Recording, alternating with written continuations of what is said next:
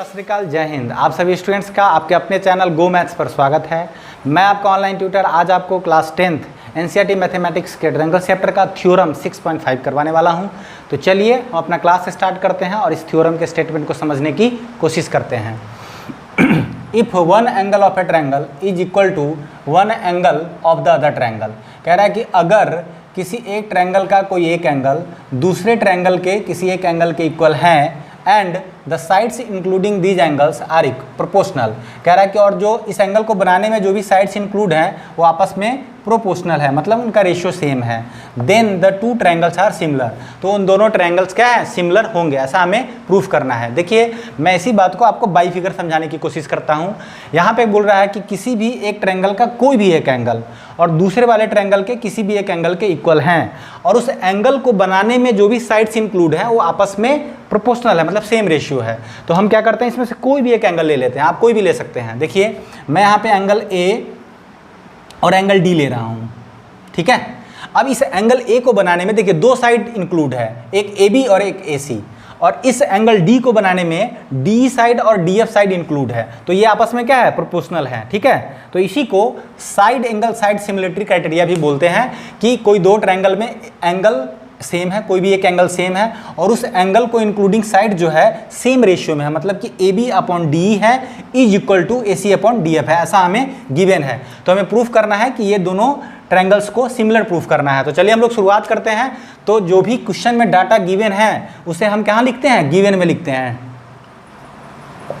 ठीक है। क्या क्या हमें गिवन है, angle A is equal to angle D, ठीक है। उसके बाद हमें गिवन है A B upon D E, A B upon D E is equal to A C upon D F, ऐसा हमें गिवन है, A C upon D F, क्योंकि जो साइड्स इंक्लूड है उनके रेशियो सेम है, ऐसा हमें गिवन है। और हमें प्रूफ क्या करना है, तो जो भी हमें प्रूफ करना होता है उसे हम टू प्रूफ में लिखते हैं। हमें प्रूफ करना है triangle A B C is similar to triangle D E F, ऐसा हमें प्रूफ करना है, ठीक है। तो आगे कंस्ट्रक्शन करेंगे, पहले मैं कंस्ट्रक्शन आपको समझा देता हूं। देखिए चूंकि हमें इन दोनों ट्रायंगल को सिमिलर प्रूफ करना है तो मैंने इनका शेप तो ट्रायंगुलर ले रखा है बट मैंने साइज डिफरेंट ले रखा है, मैंने एक छोटा ले रखा है और एक बड़ा ले रखा है।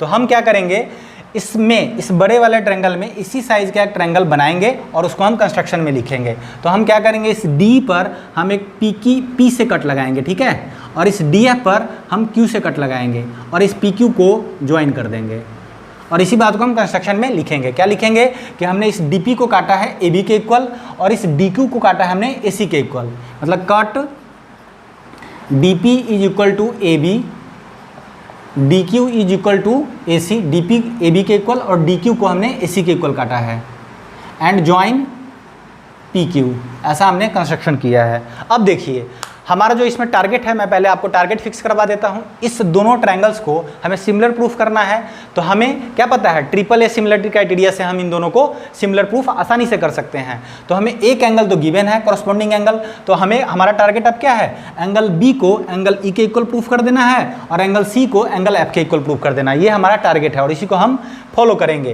तो अभी हम क्या करेंगे, अभी हम ट्रायंगल ए बी सी को ट्रायंगल डी पी क्यू के कॉन्ग्रुएंट करने की कोशिश करते हैं। तो चलिए जो भी करेंगे हम वो प्रूफ में लिखते हैं।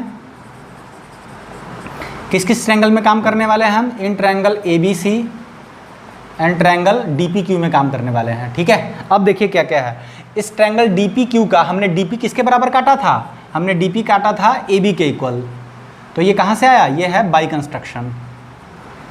उसके बाद ये जो एंगल ए है एंगल डी के इक्वल है, ये कहाँ से आया, ये गिवन है, आप ऊपर देख लीजिए लिखा हुआ है, ठीक है, ये गिवन है। फिर हमने इस डी क्यू को ए सी के इक्वल काटा था, डी क्यू को हमने ए सी के इक्वल काटा था, ये भी बाई कंस्ट्रक्शन है। अब आप देखिए साइड एंगल साइड, यानी साइड एंगल साइड से हम ट्रायंगल ए बी सी को ट्रायंगल डी पी क्यू के कॉन्ग्रुएंट बोल सकते हैं, ठीक है। देखिए साइड एंगल साइड, इसका भी साइड, ये वाला साइड इसके इक्वल है और ये एंगल एंगल के इक्वल है और ए सी जो है डी क्यू के इक्वल है। Therefore triangle A B C is congruent to triangle D P Q, और किस रूल से आया, साइड एंगल साइड रूल से। तो ये भी लिखेंगे हम लोग by side angle side rule.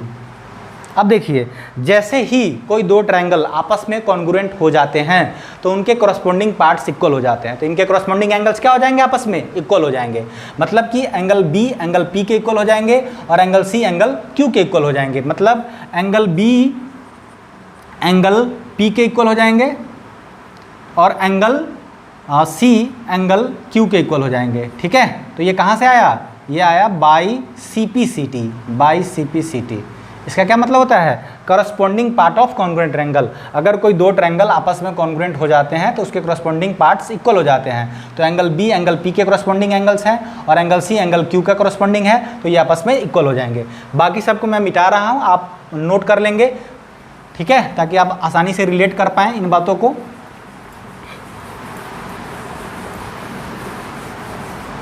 ये डाटा हमें जरूरत पड़ने वाला है, इसलिए हमने उधर लिख दिया है। ठीक है, अब देखिए, अब हम यहां से गिवन से डाटा उठाएंगे। Now A B upon D E is equal to A C upon D F. ठीक है, ये कहां से आया, ये गिवन है। ठीक है, अब देखिए, हमने डीपी को ए बी के इक्वल काटा था, तो क्या हम इस ए बी को डीपी से रिप्लेस कर सकते हैं? हाँ कर सकते हैं, क्यों नहीं कर सकते हैं। तो हम इस ए बी को डीपी से रिप्लेस कर रहे हैं और हमने DQ को AC के इक्वल काटा था, तो क्या हम इस AC को DQ से रिप्लेस कर सकते हैं? बिल्कुल कर सकते हैं, DQ अपॉन DF। ये हमने क्यों किया, ये बताना है आपको। Since DP is equal to AB है और DQ is equal to AC है, इसलिए हमने ऐसा रिप्लेस किया। ठीक है, अब आप देखिए, अब आप इसको देखिए, DP अपॉन D, देखिए कहाँ पे है, DP upon DE is equal to D Q upon D F. ये देख रहे हैं, ये वाला जो लाइन है इस दो साइड्स को सेम रेशियो में, यहाँ पे इक्वल रेशियो में बांट रहा है। तो अब याद करिए, कन्वर्स ऑफ बीपीटी थ्योरम क्या कहता है कि if a line divides any two sides in the same ratio then the line is parallel to the third side of the triangle. ये हमारा कन्वर्स ऑफ बीपीटी थ्योरम कहता है। तो मतलब ये कि हम कन्वर्स ऑफ बीपीटी से साइड पी क्यू को साइड ई एफ के क्या बोल सकते हैं, पैरेलल बोल सकते हैं। Therefore, PQ is parallel to EF, कौन से रूल से, बाई कन्वर्स ऑफ BPT। अब याद करिए, 9th में आपने पढ़ा होगा कि अगर कोई दो लाइन पैरेलल हो और ट्रांसवर्सल लाइन काटती हो तो करस्पॉन्डिंग एंगल्स क्या होते हैं, आपस में इक्वल होते हैं। तो ये वाला एंगल P एंगल E के इक्वल हो जाएगा और एंगल Q एंगल F के इक्वल हो जाएगा। ठीक है, ये कैसे, किस रूल से, बाई कॉरस्पॉन्डिंग एंगल्स रूल। ठीक है, तो लिखिए एंगल P एंगल E के इक्वल हो जाएगा और एंगल Q एंगल F के इक्वल हो जाएगा। ठीक है, ये किस रूल से, बाई कॉरस्पॉन्डिंग एंगल। ठीक है, अब देखिए, बाकी सबको मैं रब कर रहा हूँ, इन दोनों से ही हमारा काम हो जाएगा। ठीक है, अब याद करिए, मैंने आपको क्लास के शुरू में ही क्या बताया था कि इन दोनों ट्रायंगल्स को मैं ट्रिपल ए सिमिलरिटी क्राइटेरिया से प्रूफ करने वाला हूं, ताकि हम ये दोनों ट्रायंगल्स को हम सिमिलर बोल सके। तो देखिए, हमें एंगल बी को एंगल ई के इक्वल प्रूफ करना था और हमने क्या किया है, एंगल बी को एंगल पी के इक्वल प्रूफ कर दिया, यानी कि हमारा टारगेट अचीव नहीं हुआ।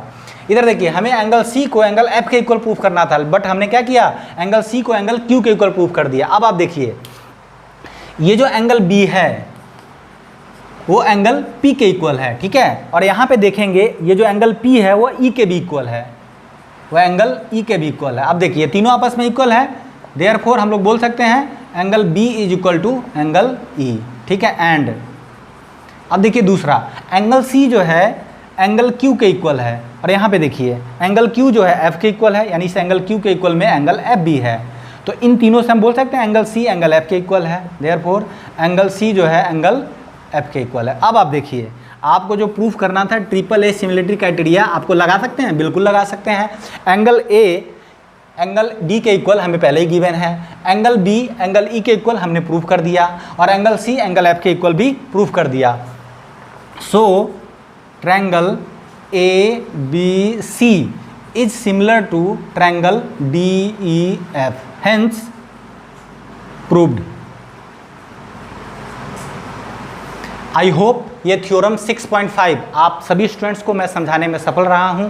अगर मैं ऐसा कर पाया हूं तो आप सभी स्टूडेंट्स इसको लाइक, शेयर एंड सब्सक्राइब जरूर कर दीजिए। आप सभी स्टूडेंट्स का वीडियो के अंत तक बने रहने के लिए बहुत बहुत धन्यवाद। आपका दिन